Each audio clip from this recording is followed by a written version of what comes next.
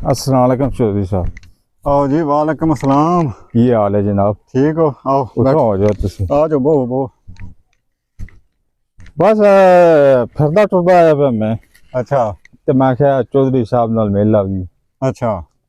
नाले ਉਹ ਤੁਹਾਡੇ ਕੋਲ मैं ਪੁੱਛਣਾ ਸੀ ਕਿ ਜਿਹੜਾ ਚਾਚੂ ਨੇ ਕਿਹਾ ਸੀ ਮੋਟਰਸਾਈਕਲ ਦਾ ਉਸ ਬੰਦੇ ਕੋਲ ਲੈਂਦਾ ਜੀ? हाँ लैन दा मोटरसाइकिल। ਜੀ ਮੋਟਰਸਾਈਕਲ ਦੀ ਗੱਲ ਕੀ ਸੀ? ਉਹ ਨਾ ਮੋਟਰਸਾਈਕਲ ਦੀ ਗੱਲ ਇਹ ਸੀ, ਚਾਚੂ ਤੁਹਾਡੇ ਨੇ ਕੀਤਾ ਮੈਨੂੰ ਫੋਨ।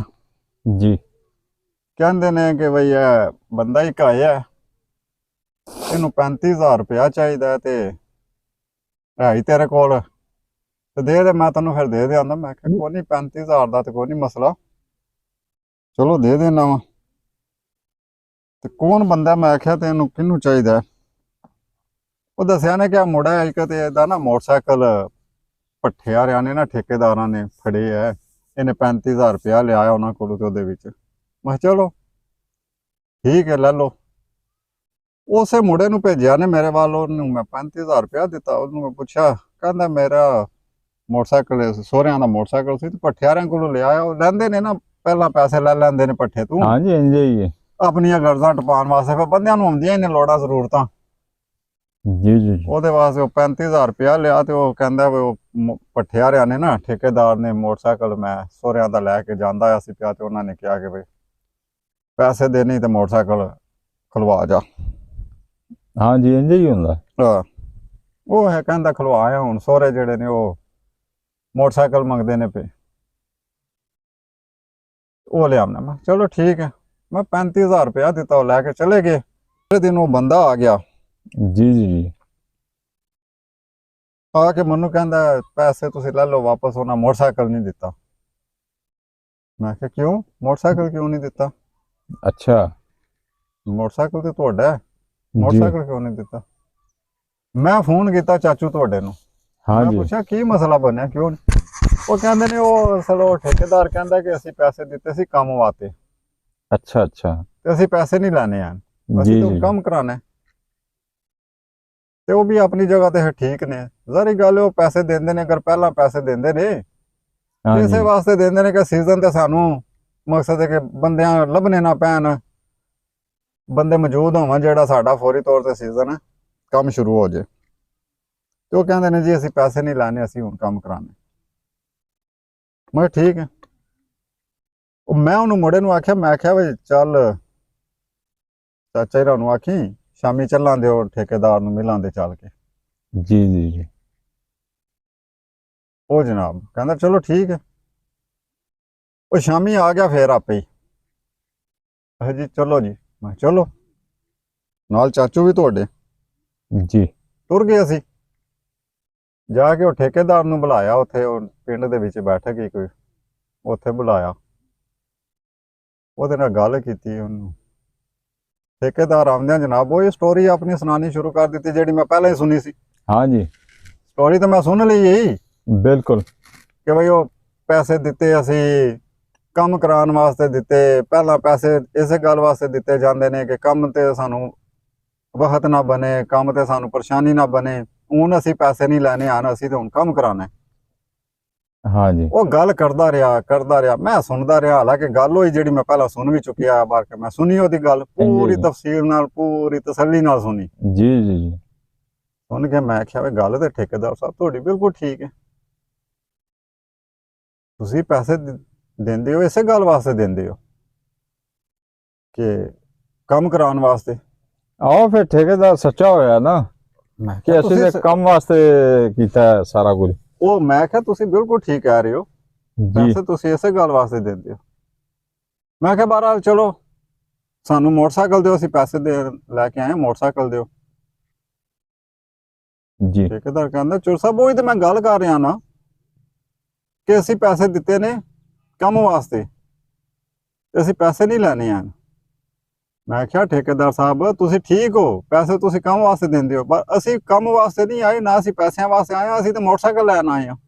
ना हाँ जी ਮੈਂ ਕਿਹਾ ਠੇਕੇਦਾਰ ਸਾਹਿਬ ਜਿਸ ਵਕਤ ਕੰਮ ਵਾਸਤੇ ਪੈਸੇ ਦਿੱਤੇ ਜਾਣ ਨਾ, ਫਿਰ ਮੋਟਰਸਾਈਕਲ ਨਹੀਂ ਫੜੀਦਾ। जी ਤੁਸੀਂ ਹੁਣ ਮੋਟਰਸਾਈਕਲ ਇਹਦਾ ਰੱਖਿਆ ਪੈਸਿਆਂ ਵਿੱਚ 35000 ਰੁਪਏ ਵਿੱਚ, ਹਾਂਜੀ ਠੀਕ ਹੈ। ਉਹ 35000 ਰੁਪਇਆ ਤੁਹਾਨੂੰ ਅਸੀਂ ਦੇਨੇ ਆ, ਵੀ ਤੁਸੀਂ ਮੋਟਰਸਾਈਕਲ ਦੇ ਦਿਓ ਉਹਨੂੰ। ਕੰਮ ਦਾ ਤੇ ਵਿੱਚ ਉਤਰਲਾ ਕਿ ਖਤਮ ਹੋ ਗਿਆ ਨਾ, ਆ ਤਲਕ ਹੀ ਖਤਮ ਹੋ ਜਾਂਦਾ ਹੈ। ਹੁਣ ਤੁਸੀਂ ਤੇ ਬਿਲਕੁਲ ਸਹੀ ਮੋਟਰਸਾਈਕਲ ਗੱਲ ਦਾ ਤੇ ਕੀਤੀ ਹੈ। 35000 ਦਾ ਮਸਲਾ ਹੈ। ਹਾਂਜੀ ਅਗਰ ਤੇ ਤੁਸੀਂ ਮੋਟਰਸਾਈਕਲ ਨਾ ਖਲਵਾਉਂਦੇ ਹੋ ਤੇ ਅੱਜ ਇਹ ਤੁਹਾਨੂੰ ਪੈਸੇ ਦੇਣਾ ਹੁੰਦਾ ਨਾ ਵਾਪਸ, ਤੇ ਤੁਸੀਂ ਆਖਦੇ ਹੋ ਨਾ ਮੀਆਂ ਮੈਂ ਪੈਸੇ ਨਹੀਂ ਲੈਣੇ, ਮੈਂ ਕੰਮ ਲੈਣਾ ਹੁਣ। ਜਿਸ ਵਕਤ ਤੁਸੀਂ ਮੋਟਰਸਾਈਕਲ ਰੱਖ ਲਿਆ ਪੈਸਿਆਂ ਦੇ ਵਿੱਚ, ਉਹ ਵੀ ਖੜਾ ਕਰਕੇ ਚਲਾ ਗਿਆ ਜਿਹਦਾ ਹੈ। ਜਾਂ ਹੁਣ ਤੁਸੀਂ ਕੰਮ ਮਾਰੀ ਆਰਾ ਤੁਸੀਂ ਮੁਤਾਲਬਾ ਹੀ ਨਹੀਂ ਕਰ ਸਕਦੇ। ਹੁਣ ਤੁਸੀਂ ਮੋਟਰਸਾਈਕਲ ਤੁਸੀਂ ਦੇਣਾ ਹੈ, 35000 ਰੁਪਇਆ ਲੈਣਾ ਜੇ ਤੇ ਮੋਟਰਸਾਈਕਲ ਦੇਣਾ ਜੇ, ਇਤਨੀ ਸਾਰੀ ਗੱਲ ਹੈ। इतनी सारी गल है बिल्कुल। ਠੇਕੇਦਾਰ ਲਾਜਵਾਬ ਹੋ ਗਿਆ ਉਹਨੂੰ, ਫਿਰ ਉਹਦੇ ਕੋਲ ਕੀ ਗੱਲ ਹੁੰਦੀ। ਤੇ ਫਿਰ ਕੀ ਹੋਇਆ ਅਗੂ? ਫਿਰ ਉਹਨੇ ਕੀ ਫਿਰ ਗੱਲ ਕੀ ਹੋਣਾ, ਫਿਰ ਉਹਨੇ ਆਖਿਆ ਜੀ ਠੀਕ ਹੈ ਪੈਸੇ ਦਿਓ ਮੈਨੂੰ ਤੇ ਬੰਦਾ ਭੇਜੋ ਨਾਲ ਤੇ ਮੋਟਰਸਾਈਕਲ ਲੈ ਆਵੇ। ਠੀਕ ਹੈ ਜੀ, ਉਹਨੂੰ ਪੈਸੇ ਦਿੱਤੇ, ਬੰਦਾ ਭੇਜਿਆ ਮੋਟਰਸਾਈਕਲ ਲੈਣ ਦਾ। हाँ जी ਗੱਲ ਕਰਨੇ ਦਾ ਮਤਲਬ ਇਹ ਵੇ ਕਿ ਜਿਸ ਵਕਤ ਵੀ ਕਿਸੇ ਵੀ ਜਗ੍ਹਾ ਤੇ ਕੋਈ ਗੱਲ ਹੋਵੇ ਨਾ, जी जी ਉਹਦੀ ਕੋਈ ਵੰਡ ਹੋਣੀ ਚਾਹੀਦੀ ਹੈ, ਕੋਈ ਤਰੀਕਾ ਹੋਣਾ ਚਾਹੀਦਾ। ਪਹਿਲਾਂ ਅਗਲੇ ਬੰਦੇ ਦੀ ਤੁਸੀਂ ਪੂਰੇ ਸਕੂਨ ਨਾਲ ਤਸੱਲੀ ਨਾਲ ਗੱਲ ਸੁਣੋ। ਤੁਹਾਨੂੰ ਪਤਾ ਵੀ ਹੈ ਨਾ ਕਿ ਇਹਨੇ ਕੀ ਕਹਿਣਾ ਜਾਂ ਕੀ ਕਹਿ ਰਿਹਾ।